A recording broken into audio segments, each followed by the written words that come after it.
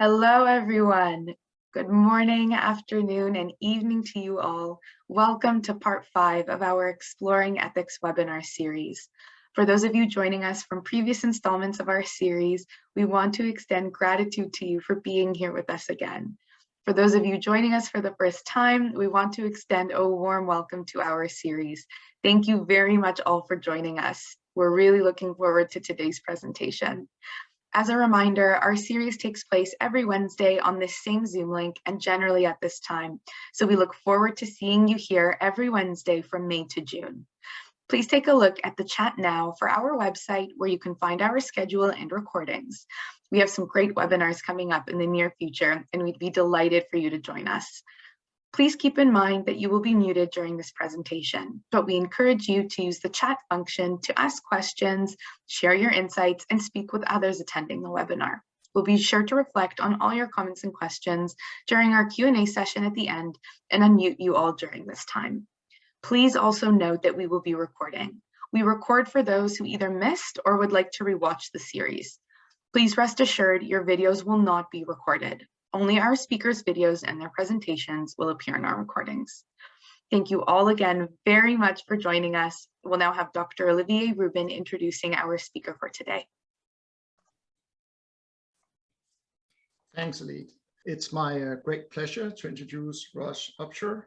So Ross has an academic background in philosophy and medical sciences and is currently professor at the Department of Family and Community Medicine at the Dalai Lama School of Public Health. And he's, of course, much more than that. But if I were to list all Ross's accomplishments and credentials, we would not have much time for the presentation itself. So I hope Ross will forgive me for just highlighting a few. So Ross is the Canada Research Chair in Primary Care Research. He's a member of the Royal College of Physicians and Surgeons of Canada and the College of Family Physicians of Canada. And he's been active on many advisory boards for international joint commissions, Doctors Without Borders, and several medical journals. He has consulted with the WHO on numerous occasions, and I actually came to know Ross through his work on one of the committees or working groups on social science and evidence-based decision-making during COVID-19. A quick shout out to the other group members, many of whom I know will be listening in. And I quickly realized that Ross is extremely knowledgeable and generous. I actually seriously suspect that he suffers from multidisciplinarity disorder because he so effortlessly can jump in and out of many different disciplines and perspectives. And so you always learn something new when you hear him speak. And I'm sure today will be no exception. So Ross, the floor is yours. Thank you. Thank you for that very kind introduction. And thank you also to the organizers for inviting me to speak. Sadly, we're not going to be able to be together in person, but hopefully sometime in the future, we will be able to rectify that situation. Now, I had very carefully closed many of my windows, but then they all decided to open up again. So over the next 40 minutes or so, I'm going to walk through some issues that have arisen in pandemics broadly, and I'll speak a little bit more specifically about COVID as the case may be.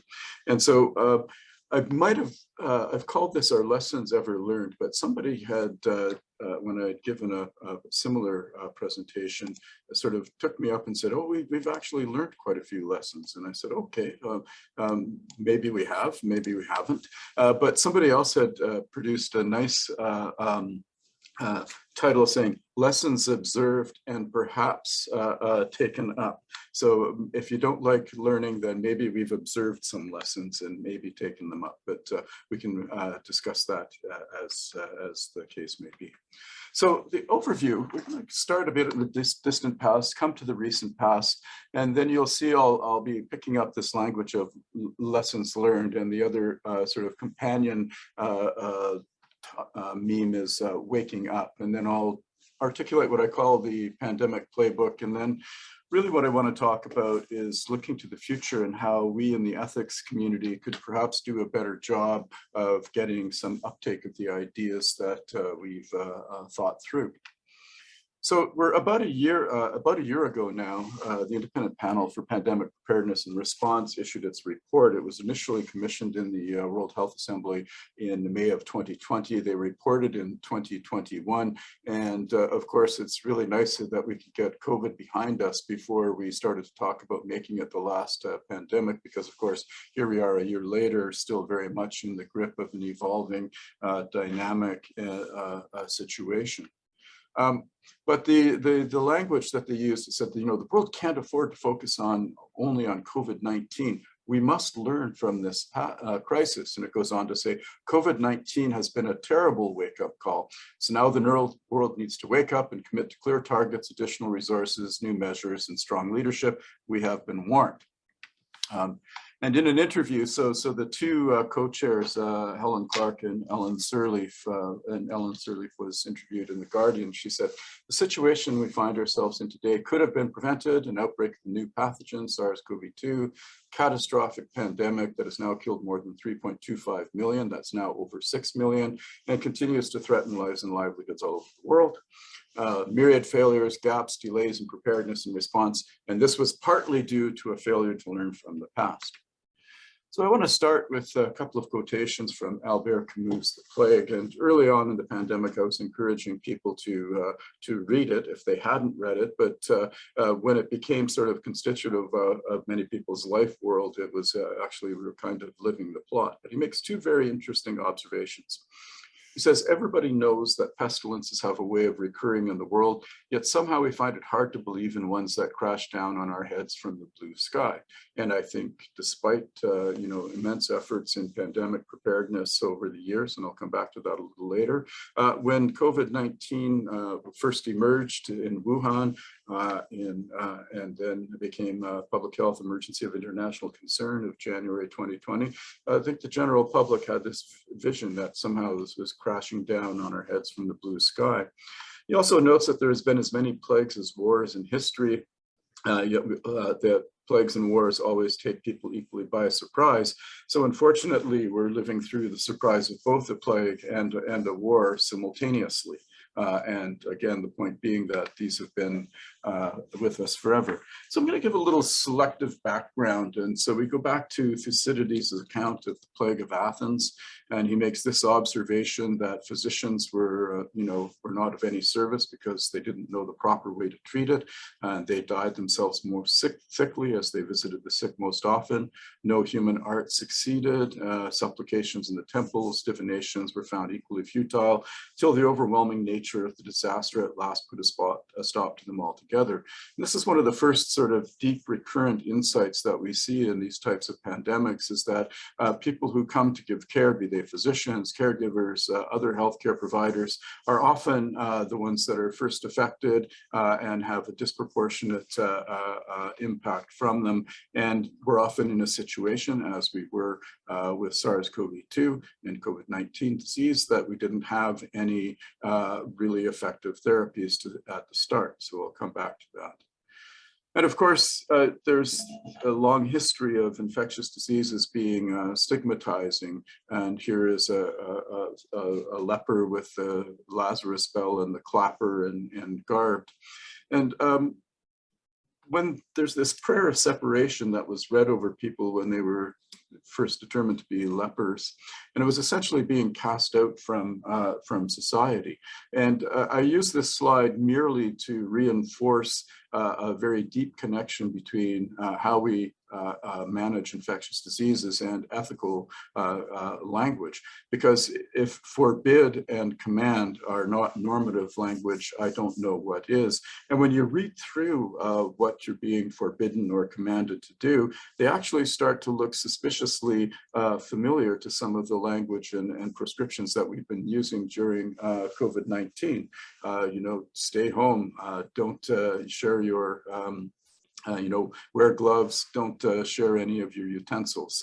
So there's a kind of deep resonance there. And again, if we come to the Plague and the Plague Diaries by Daniel Defoe, all of this good reading, the same issue of defying medicines, physicians becoming ill and dying despite their skill. And of course, we've often resorted to, in times of not knowing how to treat diseases, to any number of different interventions. And just I'll put in a plug for a guidance document that our WHO working group just published last week on the use of unproven interventions in epidemics, which goes through it's an ethical framework for thinking through using novel therapies, or when they're not permissible. And this is just using a fumigation box to treat syphilis, but just keep that notion of fumigation in the back of your mind. So I'll come to the more recent past, SARS.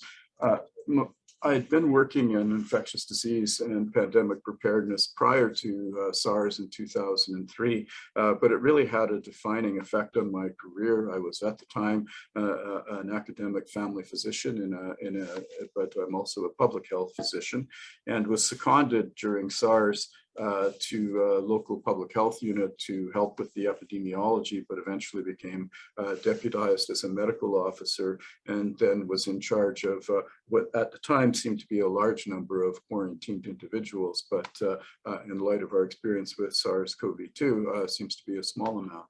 And we have the plague doctor there, and everybody's familiar with this, and it's the garb of infection control, gloves, gown. The difference between now and then and now is the pointy stick for palpating buboes, which are large nests of suppurating lymph nodes, and the pointy mask, which has a poultice in it because the ventilation in some of the homes was less than optimal. SARS was supposed to be SARS 2003. So this is these are covers of Newsweek and Time, two major North American news magazines. And look at the questions that are being posed. What you need to know in the new age of epidemics, and questions about whether China is covering up. What's the truth? How the virus spreads? How scared should we be? And we've seen similar headlines in 2020 to 2022.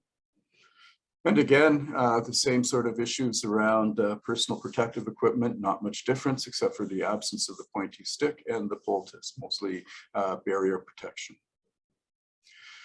So after SARS, there was a concern for H5N1. There was a concern about novel bird flus. And so the headlines in Canada was that a bird flu pandemic could paralyze us for more than a year and cost hundreds of millions of dollars, a worst case scenario of up to 1.6 million deaths in Canada. But we didn't get the proclaimed H5N1. And this is a picture taken on the right of the fumigation. I think this was after a case of highly pathogenic avian influenza was found at the border between two countries in Central Europe. And the only people who are at risk here are the poor gentlemen fogging each other with very flimsy masks. And I like to joke, I've rarely seen a bird hitchhiking on top of a train. Instead, we got H1N1, the so-called swine flu. So this was declared a global pandemic at the time, but it wasn't considered to be as severe a pandemic as was being anticipated. And then we had Ebola. And so I worked on each of these, on SARS, on preparing for avian influenza, on H1N1, and on Ebola. And Ebola at the time was considered to be the greatest peacetime challenge in UN history. And you can see the parallelism, so that Ebola was a threat to peace and security, and so is COVID-19, that we need major cooperation on global security. During the Ebola crisis in Freetown in Sierra Leone was the first time a major metropolitan area had been locked down in order to facilitate disease control. This was so that public health officials could go house to house and find cases, because there was concern that cases weren't being brought to treatment centers. And of course, we've all become familiar with lockdowns during COVID-19. The use of quarantine of large segments. So this is a picture from Monrovia, a small community in central Monrovia called West Point that was sealed off with barbed wire during the Ebola outbreak there. This was an intervention that backfired, and there was resistance to the, because it was basically keeping people in and therefore amplifying transmission. And a picture of Los Angeles with empty streets. And we've seen the same things recently with photos from Shanghai. And then the uncertainty of what happens. So people surviving Ebola were facing fears of the return. And the same thing with COVID, this notion of long COVID and the idea of reinfection. There's also been, in both cases in West Africa, Ebola, and in COVID, the creation of black markets to move potential therapies and in particular in Ebola, there was concern that people who had recovered from Ebola, that their blood was protective. So people were reluctant to come forward as survivors of Ebola because some of them were being kidnapped and being tapped for blood that was being sold on the black market. And we'd be remiss not to mention both MERS and Zika, a major outbreak of Zika, but also MERS. And you can see this theme of fumigation devices. So my first take-home message is when you start to see the media saturating with pictures of people with fumigation devices, you know something is up and we ought to be taking it seriously. Even if there's very little effectiveness often in these measures in controlling infections. So what about lessons learned? So after Ebola, there was a spate of documents, including the famous one by Bill Gates, which was published in the New England Journal of Medicine and also as an op-ed in the New York Times, talking about what lessons we need to learn from Ebola and for the next epidemic. Many major organizations, including MSF and others, were very keen on lessons learned. We've had a similar tradition in Canada about lessons learned, and you can see after SARS in 2003, there was learning from SARS, and after 2009 H1N1, a lessons learned review. They're hard to find because they've been archived, so even if you wanted to learn the lessons, you have to go to the Contact Us page to find these documents. And of course, the notion of wake-up call. So what was the lesson from SARS? It was a wake-up call for global health, as was H1N1 swine flu, a global wake-up call. And of course, I started this presentation that COVID-19 is a wake-up call that we have to learn lessons from. And we've already seen this language, this is taken from 2020, that all of this COVID-19 must be a global wake-up call. So I'm starting to wonder about what's going on. So the quotation at the top comes from that independent panel report that a public health emergency of international concern is the loudest alarm that can be sounded by the WHO Director General. And the WHO is probably the premier leading organization in pandemic response. And as you can see, since the revision of the international health regulations in 2005, subsequent to SARS 2003, the alarm's been ringing pretty constantly, which makes me wonder, how loud an alarm needs to be for us to have a wake-up call, because 2003 was a wake-up call, 2009 was a wake-up call, Ebola was a wake-up call. I don't think people have been hearing the polio alarm very loudly, but as you can see, there's been 6 public health emergencies of international concern since 2009, many of them for Ebola, and but a couple of them for respiratory pathogens, particularly swine flu and COVID-19. So after Ebola, I got a bit grumpy having worked on several of these outbreaks, all of which were accompanied by this language of learning lessons and wake-up calls. And with a colleague of mine, Max Smith, we wrote an essay and a blog in which we argued that the most powerful lessons that we learn is that we don't like to learn lessons. We keep needing to be woken up and learn the lessons over again when the next outbreak emerges. And so I kind of cheekily suggest that we either have some form of collective amnesia or collective narcolepsy, because we can neither remember nor stay awake. We don't learn our lessons, and we don't wake up to the wake-up calls. So thinking specifically about the ethical issues that arise in pandemics, and one of the reasons I wrote that, that got Max involved and wrote the paper on the wake-up call and learning lessons, is that I was attending meetings from Ebola, and almost, they said, there's 10 key or 5 key things that we have to learn. And almost all of them were ethical issues, but they were being dressed up in technical language. And so reflecting back on my experience and work over the past 25 years in this area, I've kind of come up with what I'll call the pandemic playbook. Now, it's not an exhaustive list, but these are fairly structural epidemic events that have with them associated ethical issues that we seem to want to relearn at every time. So the first one I'll point to is this high early morbidity and mortality in healthcare providers and caregivers. And that's, goes back to the time of Thucydides. And then with that, the associated ethical issues are related to the duty to care of healthcare professionals and the duty to protect. What systems or what are they obliged to provide to healthcare providers? And early on, I was the co-chair of a WHO working group on duty to care of healthcare professionals in pandemics.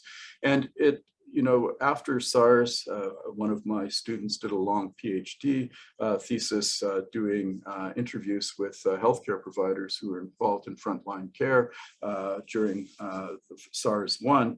And to a person, they all said, we didn't expect this. We weren't trained. Nobody told us that we might become ill in the course of our work during an epidemic.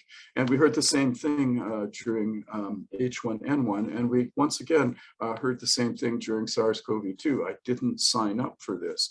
And however, if we take that long look through history, it's a constitutive element of our life world. Related to that high early morbidity and mortality is that there's going to be high levels of uncertainty and lack of evidence. We may not know what works, as pointed out, again, going back to Thucydides. Early on in SARS-CoV-2, COVID-19, we had no effective treatments, we had no effective vaccines, which means that we're going to have to kick in the collective resources of knowledge generation and evidence creation to try to deal with these uncertainties. And this raises issues around research ethics and pressures on research ethics boards to fall into pandemic exceptionalism. That is, to expedite, to not do the due diligence and ensure that human subjects protections are upheld. And again, we've revisited this on numerous occasions with SARS-1 and with H1N1 and with Ebola. And in the lack of effective medical countermeasures, and even if you have medical countermeasures, because of what comes up in point 4, is the need to use public health measures to contain the spread of infectious disease. And this brings us into the domain of public health ethics, how you justify the use of restrictive measures and mandates. And we've seen a quite vigorous discussion about these with respect to mask mandates, vaccines, and quarantine. And it seems that the general public has forgotten why we have public health law and public health action in the first place, as they find these types of restrictions and mandates to be a violation of liberties. But there's again a large literature that explores this that pre-existed COVID-19. Even in the context of there being effective countermeasures, being they vaccines or drugs, there's going to be scarcity. And we faced these resource allocation issues throughout COVID-19. For example, with concerns early on about triage for intensive care, the PPE availability, vaccines, of course, both locally and globally. We've had to set priorities and have allocation strategies. And now, of course, with the advent of effective oral medication, we're going to have discussions about fair allocation of scarce resources in that domain.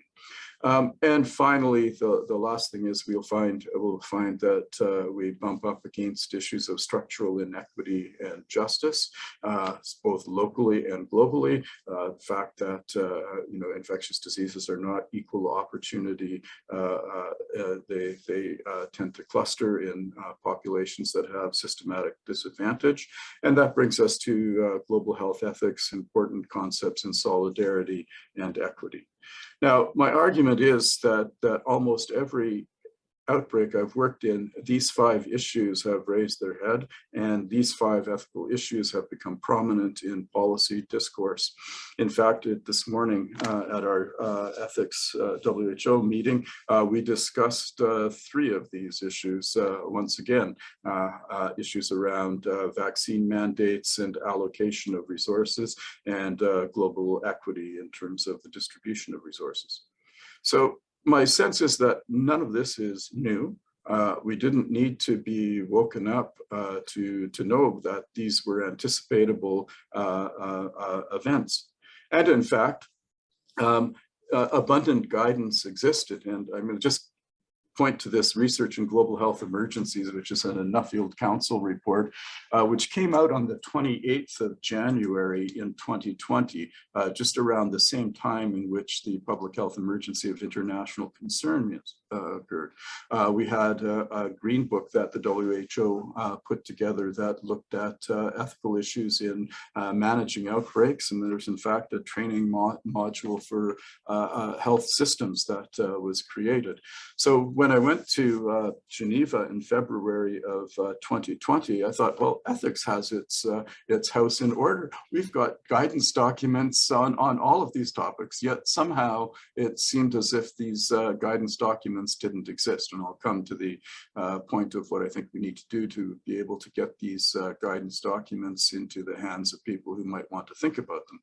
The companion piece of evidence to the gap is a study that I did with colleagues during COVID-19, where I looked at technical documents being produced and whether they cited or even acknowledged the existence of some of these ethical issues. And sadly, the only document that really addressed ethical issues was one that the ethics group produced itself. For the most part, the other documents had no connection and no citation of these existing documents. And, you know, aside from the guidance documents, there's an abundance of literature and studies that many of my colleagues, these are just some of the papers that our team has published over the year, mostly clustered around H1N1 and after SARS-1, addressing issues around, you know, effectiveness in quarantine, vulnerability, duty to care, priority setting.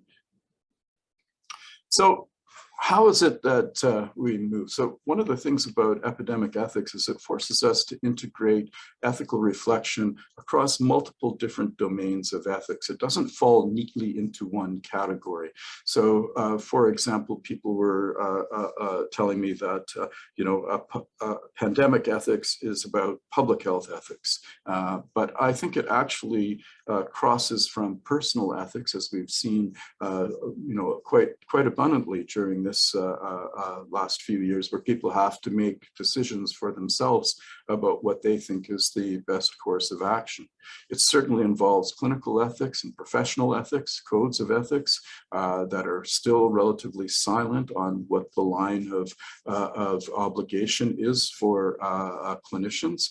We've moved a long way away from the late 19th century codes of ethics, such as the American Medical Association and the Canadian Medical Association, which claimed that physicians had an obligation to provide care in times of pestilence, even at the risk of their own life. That got removed in the early 20th century, and it's been ambiguous ever since. Organizational ethics. We've seen this as, hospitals trying to manage flow, working with other hospitals to manage, transfers of patients, organizations such as, school boards, public health units, and other, because it's been an all of society type of response to the pandemic. And of course, as I pointed out in the playbook, there are clear dimensions of public health ethics, particularly around the justification of use of restrictive measures, and global health ethics, particularly around global solidarity and equity. But the other issue is that, we need to think and integrate a large amount of information. So ethics on its own isn't going to be helpful unless it can actually speak to the multiplicity of disciplines that are required for an effective pandemic response. And, some of the work that Olivier, and I see Jamie Victory is here, we've been looking at how science advisors who come from, backgrounds in immunology, clinical medicine, maybe epidemiology, have played a role, but we also need to deeply engage social sciences and law. So all of these disciplines are required for us to sort of sense make around a pandemic, and those need to be integrated with ethical concerns. And so the other issue here is that we've known about the possibility of a major pandemic for quite some time. When I entered into my public health training in the early 90s was around the time that the Institute of Medicine's report on emerging and re-emerging infectious diseases came out. And they have a framework, and if you kind of look at that schematic of infectious disease emergence, you see all of the elements that led to the emergence of SARS-CoV-2. Economic and land development, zoonoticosis, the emergence of, the incredible role that airline travel and other forms of travel have played, the demographics, the fact that in high income countries, you have a heavy age dependency, a large number of older multimorbid patients who are particularly at risk for adverse outcomes. We've watched as this virus has adapted and mutated and varied. So all of these factors were well known. And in fact, we've had several, and this is an older slide, so it says 2012 and beyond. If you study the emerging and re-emerging infectious diseases literature, you can see that there has been an abundance of novel pathogens coming out. So we're by no means, COVID-19 will not be the last, and it certainly isn't the first. So I find it surprising that we're still in the wake-up call and learning lessons mode when we've had an abundance of evidence telling us that as a society and as a civilization and as a species, we need to be concerned and prepared for this. So I think also ethicists for a long time weren't terribly interested in infectious disease. In fact, a colleague of mine, Michael Selgolid, published a paper in bioethics about 15 years ago in which he reviewed the literature and to his surprise found almost complete neglect of infectious disease issues by ethicists. There was a fairly robust literature around HIV in the 90s, but really important diseases like tuberculosis and influenza had received very little sustained attention. And I think we know now that, of course, it's of historic significance. It's, to restate Camus' point, but also of present and future significance. Part of the issue is that it challenges us to think about familiar concepts used in bioethics, particularly autonomy, and this notion of relationality, this notion that infectious diseases makes us realize that we can be both victims and vectors, as one scholar put it. And it does cross and traverse multiple borders of ethical reflection. And a pandemic truly stresses our universal vulnerability. So how can we improve the situation? And maybe this is time to move towards a discussion. So I would say, despite complaints, research ethics guidance has served us well and is well established. And we're actually in the process now of conducting a study looking at research ethics boards and national ethics commissions around the world to see how they've responded to COVID-19 challenges. And one of the things at the R&D Blueprint meeting was a complaint that our research ethics was still being obstructionist. And the interesting thing is, billions and billions and billions of dollars has been devoted towards research, but almost none of that has found its way into the infrastructure of research ethics support. So, have a fairly good evidence from discussing with many people who are involved in leading research ethics boards that kind of investment that went to funding research did not also go into supporting research ethics boards so that they could manage the surge and better prioritize protocols. But I think we also need to do some very hard work on translating, if people are of agreement that those 5 core issues seem to be constitutive of almost any type of epidemic or outbreak or pandemic. We have to find a way to get that into pandemic response. I think that knowledge translation is really critical. The topic was completely absent in the independent panel report, and as I've noted, none of the ethics documents were cited in many of the technical guidance documents that went out, even though those technical guidance documents are filled with normative statements. So I think we need to learn from knowledge translation and implementation science in particular. And I think we also need to use some of the newer techniques in health communications, because actually when you talk to people who work in communications departments in public health units and even at the World Health Organization, they're the ones that are left trying to communicate, complex ethical issues about why you ought to adhere to a mask mandate or a vaccine mandate. And so we need to work with health communications to provide the types of reasoning and justification that can help make the case.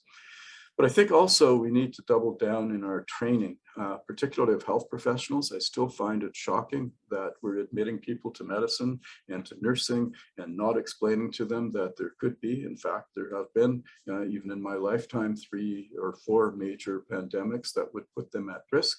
They need to know that when they enter the profession that this is a possibility. I think we also need to help with policymakers to give them a language that makes them comfortable speaking about ethics. And I think it's interesting, I think we're not alone there, because the studies that we've done on science advice shows the same sort of concern about whether they're getting their points across to policymakers. So somewhere in the future, I think it would be advisable to bring people in communications, policy, ethics, and science advice together to find a common language that they could speak so that they can understand each other better, because right now they seem to be fairly siloed, and I think the messages aren't getting across as clearly as they possibly could. We published a paper, our ethics working group, in Welcome Open, where we sort of distilled what we think are kind of the top 5 lessons that we really truly need to embrace previous experience and actually learn from it. And we need to better articulate and prioritize what the overarching goals are of pandemic response. And it's fascinating now how protecting the healthcare system has become the goal of public health measures. And in fact, in all of the work I've done in pandemic preparedness prior to SARS-CoV-2, COVID-19, protecting the healthcare system was never a goal of pandemic response. And I think the goalposts have shifted several times over the last 2 years, whether we're focusing on reducing spread of illness and keeping case counts down, or whether we're focused on morbidity and mortality, or whether we're focused on minimizing economic impact. And so when the goals keep moving around, it's very hard to articulate a strategy. I think we still need to learn better to work collaboratively. And, the lesson about, how the social determinants of health, how structural inequality manifests in higher impacts in those populations. That's something that scholars in public health know goes back to the early years of public health in the 19th century. And of course, we need to do a better job of communications. So to conclude, my central argument is that ethical issues are constitutive to pandemic response. They're predictable, they're well characterized, abundant research and guidance on all of those elements exist, but they're poorly integrated into pandemic response. And for the most part, ethical issues are not recognized as such. They tend to be seen as technical issues and therefore not addressed. And I'm going to conclude with the final paragraph of Camus' The Plague.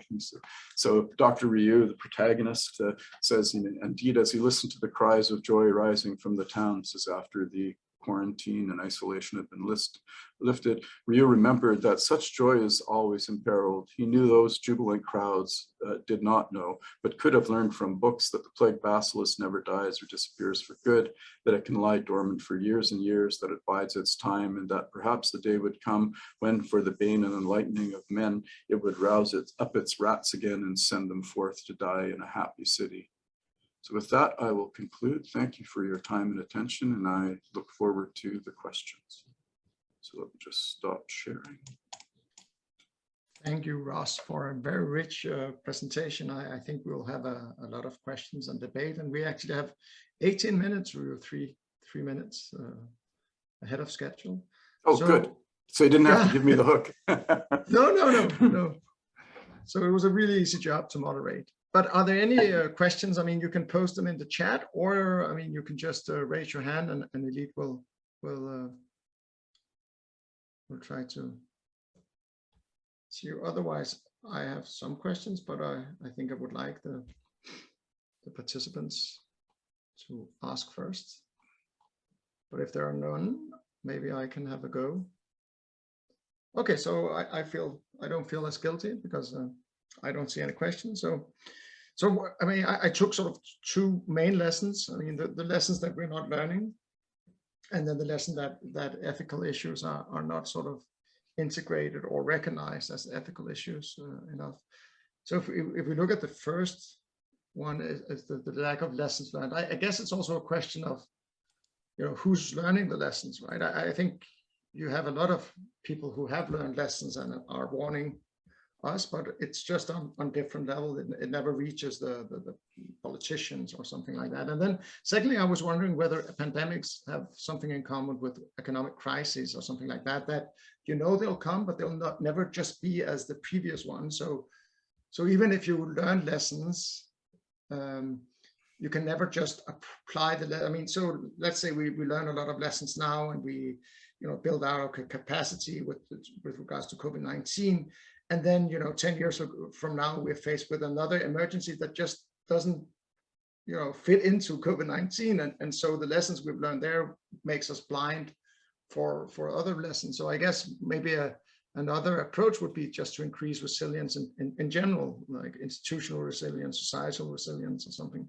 I wanted to pick your brain on that first. Yeah, so question. So who are we, who should learn the lessons? And I think, probably everybody, but most specifically, I think people who are in a position to sort of direct policy and make decisions, particularly, the theme of this is sort of an emergency response. So, how do we keep people connected to the very idea that these things will arise and need to be managed? So one is, this is just a shameless plug from for public health, is that we've got to stop, cutting public health when it seems convenient. It's a sort of a game that happens here in Canada quite frequently. We will reorganize, we will cut public health units to its core. But we need to seriously invest in enhanced public health and public health surveillance, and we need a well-trained public health workforce, and that well-trained public health workforce needs to take ethical issues and obligations quite seriously. Secondly, I would also like to extend it back as a Canadian, and I know there's a few other Canadians here. When we have a major demonstration, and Canadians are asking, that are claiming that their First Amendment rights have been violated and they haven't been Mirandized. It seems we've had a failure in civics, right? So to understand what it is that we as citizens owe to each other, and why we have public health and public health law in the first place. I mean, it's stunning that we're going to have to go back to and learn 19th century lessons in order to preserve what, there's a reason why we have public health law that serves an important purpose. But I think, people have lost track of that. I'm in pursuit of the least unit of collective human memory, because really, since the IHR have been revised, the alarm has been ringing, pretty much constantly. So how is it that we have to keep waking up and learning lessons? If even within my work within the last 2 years, questions that I thought were asked and answered in 2020 are being reposed in 2022 as if we hadn't addressed them the first time. So I don't think I have a clear and good answer to that question, but I think we need to, collectively address the issue on multiple levels. Yeah, I very much agree. And now we have actually some questions from the audience. Sloan, you had your hands up, but you also posted in the chat, but maybe it's better if you post it yourself. Thank you, gentlemen. All excellent presentation. Just for the stochastics in the teaching process, is it possible that lessons observed are just a bunch of data? There's no real structure in the just-in-time training, the fog and confusion of war and the pandemic, that there's no set structure to take lessons observed and formulate them into training, which is for certainty, education, which is an uncertainty, and then turn them into lessons learned and becoming a pyramidal gravity, laws of physics, science, medicine, and then the art side of a doctrine. So how do you get lessons observed, going through the hay lofts, looking for the needle in the haystack, to coming up with a process and then making them lessons learned and putting them into a set training, doctrinal, operational, actionable thing? Yeah, that's a great point, and that's part of the reason why I labeled that set of considerations as a playbook, because in many of the fields where I work, people are keen on playbooks, and playbooks are implementation translation documents that people can pick up and learn from. So those would be the headings and the chapters, and then as I mentioned, there is actually quite a bit of training material out there. We just need to find the receptivity and where to plug them in, I think, is what we're looking for. Because I think, and with a playbook, different sections will have differential weight, but you may be able to ignore them if you're in a situation where you have effective medical countermeasures. It may not be as research intense as COVID-19, SARS-CoV-2 has been. The whole WHO R&D structure was across every form of science relevant to managing the pandemic, because the uncertainties were seen as so great. So it would need to be something, that would be adaptable to circumstance going forward. But what struck me is, through history and through recent memory, that these 5 categories were recurrent and in fact had been anticipated, and many of the guidance documents were structured around them. So we need to find a way to take that extra step. I completely agree. Thanks. And we have some more questions in the chat. So Colin asks, what's the role of politics in creating an atmosphere to be heard as scientists? And is there not a strong parallel between this and the warning of Cassandras throughout history? So Cassandras, is that referring to the book? I think, I don't know what that is, but I think there is a book on that throughout history, and in particular since the first warning regarding climate change around 1898. Do you know what Cassandras are, Ross, or should we ask Colin to expand? Well, Colin can expand, but Cassandra is somebody who is foretelling future doom, a prophetess, okay. I believe. Will not be heard. Yes, yeah. So you sort of feel that way a bit sometimes. So the role of politics, I mean, I know politics has become seen to be something, excessively polarizing. And many people in science and in academia don't, it's fascinating when we look at some of the transcripts and the work that we're doing with the science table, is that independence from politics, or being politically neutral somehow, is considered a virtue, but I would say there's a negative politics, which is, playing to partisan or party interests. But, being a good Aristotelian, humans are political animals. We live in political, we live political lives in the sense that we live with each other.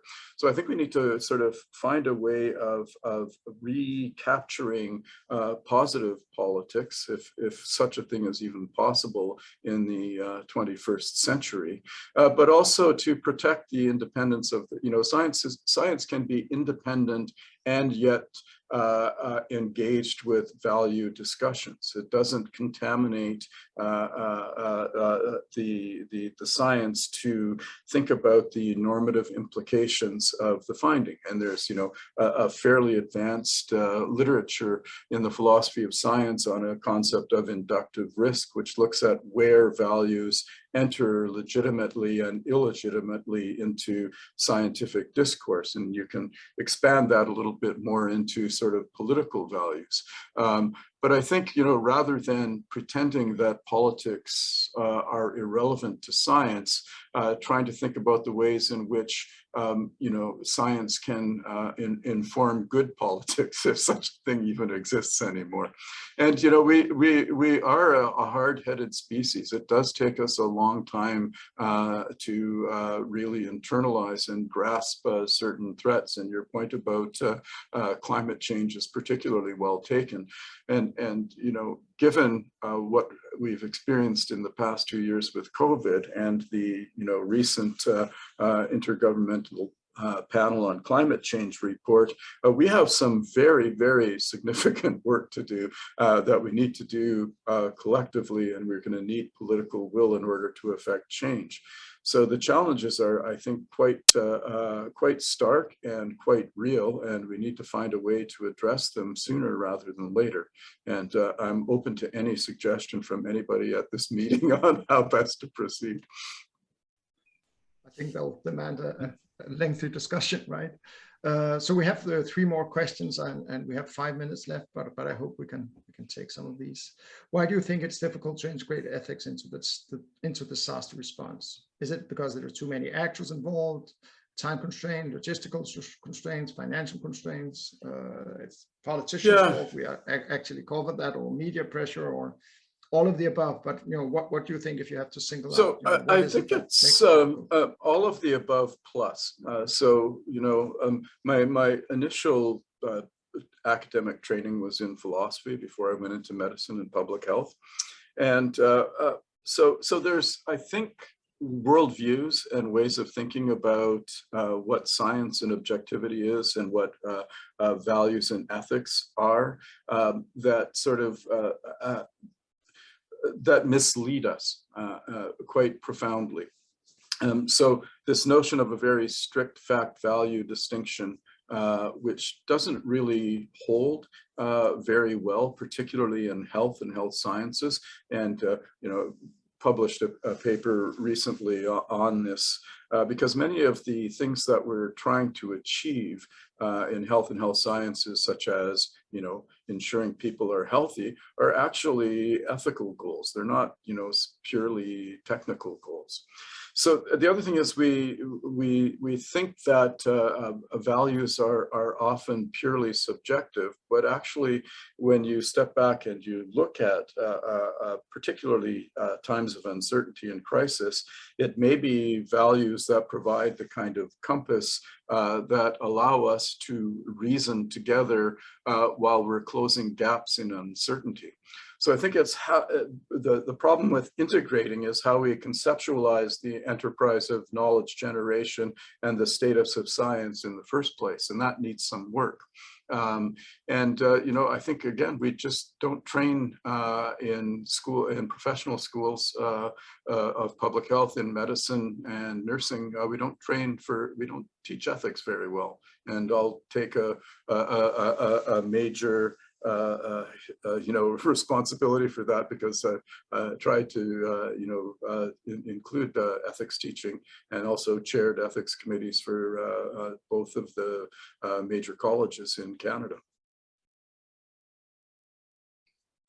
Yeah, and I think maybe that leads into the question from Sandy. What other words of wisdom would you wish to impart to nursing students and or nursing faculty? So how can you So to health professions, I would really like to rethink how it is that we choose and accept people into the professions in the first place. And I think an early orientation to the potential risks that they may face. This is something we've entirely forgotten in the late 20th, early 21st century. It was, incredibly well known to physicians through the millennia that they stood a high chance of becoming ill by caring for people with infectious diseases. And so my goal is, before I retire or leave the world, that in the next pandemic, I never see a news article where a nurse or physician responding to an infectious disease outbreak says, "I didn't sign up for this. Nobody told me this was going to happen." That's a huge failure. We need to be really clear. And, I've been pushing at faculty level here, like, get this on the agenda, because then when it happens, we can't have students exposed. It's like, it's madness. So I think we really need to enhance our capacity at admission, so people know when they come into the professions that this may be asked of them, and it's a very highly demanding and risky thing, but that's what you sign up. You do sign up for it. It's not something that you don't sign up for. That's a good point. So I have a question that was sent to me directly. Thank you, Ross, for a truly insightful presentation. You mentioned several fields of ethics that play a role in pandemics, epidemics. How about environmental health ethics? Great question. Environmental chemicals interfere with the effectiveness of vaccinations, air pollutants, impedes respiratory tract immunity, and so on. Any thoughts on environmental health from your experience? Yeah, so that's a great question. I could speak about that for a long time, and I'm glad Colin's on the line for this as well. So I actually started my career with a very strong interest in environmental health, and actually was involved in environmental ethics and philosophy before I even went into medicine. I think it's a hugely neglected topic. Not just so One Health covers some of it, but it doesn't get at a lot of the issues of environmental health. So I think going forward, integrating sort of an ecosystems approach to how we think about both ethics and pandemic response is going to be crucially important. But that's going to take a sea change in how we actually think about structuring and training health professionals. It's still not well represented. Omics, great. We'll learn a lot about genomics and sequencing and CRISPR-Cas9 technologies, but I think we've got bigger fish to fry in the future, to be honest. Okay. And then we have a last questions from Michelle. A question about what happened to our national stockpile of N95. I guess national stockpile, is that in Canada? I don't know. And other PPEs are supposed to be ready for us since SARS 2003. This was supposed to be there. What happened? So, that's a great question. That's a failure of leadership. And I think if and when, I mean, one thing that we know from a Canadian point of view, whenever anything goes wrong, we have large commissions of inquiry. After SARS-1, we had 3 major inquiries. The shelf space probably exceeds the collected works of Proust. I can't imagine what's going to come out of the commissions of inquiry and lessons learned from SARS-CoV-2. COVID-19, but I think absolutely this issue of what happened to stockpiles of PPE and supply and why we were not prepared will be one of them. And I can only hope, though I'm not overly optimistic, that we will do a better job in the future than we've done over the last few outbreaks and epidemics. I think there are a lot of us who hopes the same. So there are no more questions and we are running out of time. So I just want to thank you very much, Ross, for this presentation. We can always continue the debate or the discussion on Facebook. And, oh, there's a comment. Okay, thank you. And Elite, you have some information about the new or the next speaker? Yes, I just wanted to pop in to thank everyone very much for joining us today. And of course, to thank Ross so very much for presenting. I think it was fantastic and we all very much enjoyed it. And I just want to make our attendees aware that our conversation is happening on Facebook. So if you'd like to continue talking about these topics, we would love to see you there. You can add yourself to our Facebook group. It's in the chat at the moment. And next week we have Professor Peter Timmerman presenting at the same time, 10 a.m. Eastern time. And he is presenting on Zen and the art of emergency management. So we'd be delighted to see you there. And we'll stick around for any questions or comments that anyone has. Otherwise, thank you everyone so very much. Thank you, Ross, so very much, and we look forward to seeing you all next week. Bye, everyone. Thanks for the opportunity. It was a great pleasure, and I hope everybody keeps well. Take care. You too. Thank you, Thanks. Ross. All right. Bye-bye. Bye-bye. Bye.